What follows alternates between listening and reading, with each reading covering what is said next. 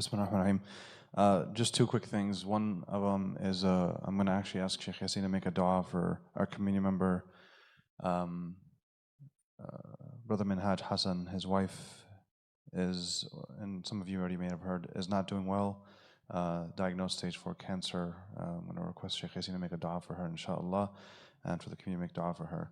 The other thing I wanted to mention was, without saying the name, we have a community member that many of you guys have heard speak before, come in front of you here in the congregation, a doctor who's been regularly going to visit Gaza and volunteer there and spend time there.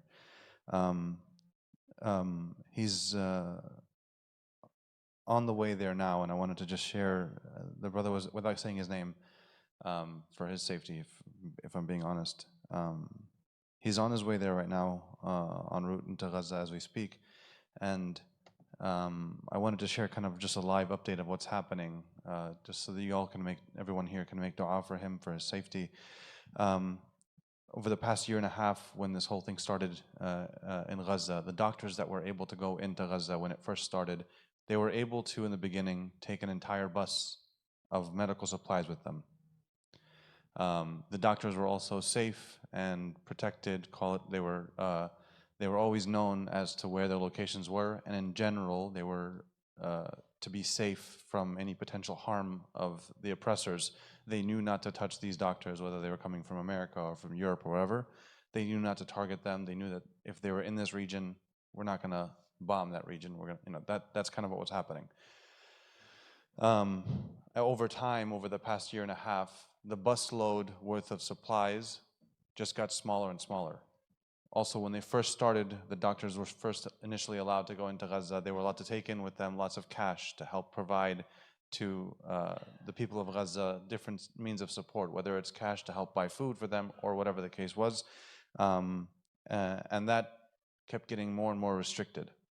It went from thousands, there was no limit actually. At one point in time, there were doctors that were walking in with $40,000 and $50,000 worth of cash to bring into Gaza as support. That went to $10,000, and then that kept shrinking and shrinking and shrinking. Similarly with the medical supplies, it went from, so long as the doctors had, even if it was 2 busloads, they were allowed to bring all that in, down to eventually 3 bags worth of medical supplies. So you can imagine that, like, the amount, and even with the busloads that they were able to bring in before, it was never enough to provide for the support for our brothers and sisters there. And even then, the busloads that they were allowed to take in, it was limited as to what they could bring in. They weren't allowed to take in certain medications that would help heal individuals. One of the things that the doctor had mentioned was that we were only allowed to slow down the ultimate death of the individual. We couldn't help make them better. So the supplies they were able to take in were also very, very limited. But this brother right now, as he's there, since last week, Thursday, he's been trying to get into Gaza, and they've just been denying all the doctors, not letting them in. And they would only allow the doctors, when in the past it was daily, it then restricted down to 2 days, and similarly now down even to 1 day a week, that they would let individuals in to go into Gaza to help the people of Gaza. He was there last week, waited, and then eventually, finally, they let him in today, and he was giving us an update. As he was walking in, essentially, like, the doctors that were all in line to get in, not all of them were allowed to get in, but the brother or sister I was specifically talking about right now was able to get in, alhamdulillah. He took with him 3 bags worth of medical supplies, and I believe it was $10,000. They stopped him, refused to let any of the doctors in with more than $300. SubhanAllah, right? Imagine that. It went down to $300. What makes matters worse is, on top of that, they took and confiscated within the 3 bags that he had, any medical supplies whatsoever. They confiscated that too. Not allowed to take any of that in. So they can go in as doctors with no supplies whatsoever, and can take with them $300. And then there are electronics that they have. So if they have a laptop, if they have a cell phone, if they have anything at all that's electronic, you have to, once you cross and they allow you in, you have to pay a tax on that, on the electronics, and it has to be cash. So do the math. You went in with 300 that they allowed you to take in, and that 300 you had to use, because they won't take credit card, they won't take anything else. You had to then use as a tax to take in your laptops or cell phones or things like that, to make it even more impossible to take in supplies. So the $300 just went down even more. And even with that, anything that they felt like could be used to help people, whether it was food, things like that, they stopped them from taking that in too and saying, no, can't take this in. If you want, we'll give it back to you on your way out.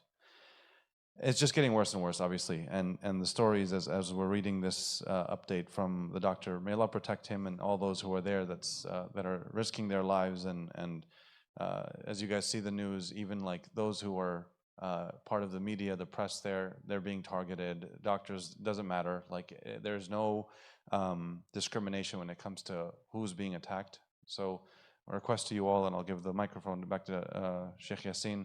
Keep our brothers and sisters in dua. It's not looking good.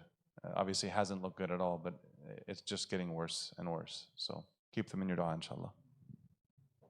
بسم الله الرحمن الرحيم الحمد لله رب العالمين والصلاة والسلام على أشرف الأنبياء والمرسلين سيدنا محمد وعلى آله وأصحابه أجمعين اللهم صل على سيدنا محمد وعلى آل سيدنا محمد وبارك وسلم ربنا آتنا في الدنيا حسنة وفي الآخرة حسنة وقنا عذاب النار ربنا ظلمنا أنفسنا وإن لم تغفر لنا وترحمنا لنكونن من الخاسرين اللهم اشف مرضانا ومرضى المسلمين اللهم اشف مرضانا ومرضى المسلمين اللهم اشف مرضانا ومرضى المسلمين وارحم موتانا وموتى المسلمين اللهم إنا نسألك الصحة والعفة والأمانة وحسن الخلق ورضا بالقدر اللهم رب الناس أذهب البأس اشف أنت الشافي لا شفاء إلا شفاءك لا شفاء لا يغادر سقما اللهم اشفهم اللهم عافهم اللهم اشفهم اللهم عافهم اللهم اشفهم اللهم عافهم اللهم انصر المسلمين المظلومين في غزة اللهم انصرهم اللهم انصرهم نصرا مؤزرا اللهم انصرهم اللهم ارفع عنهم الظلم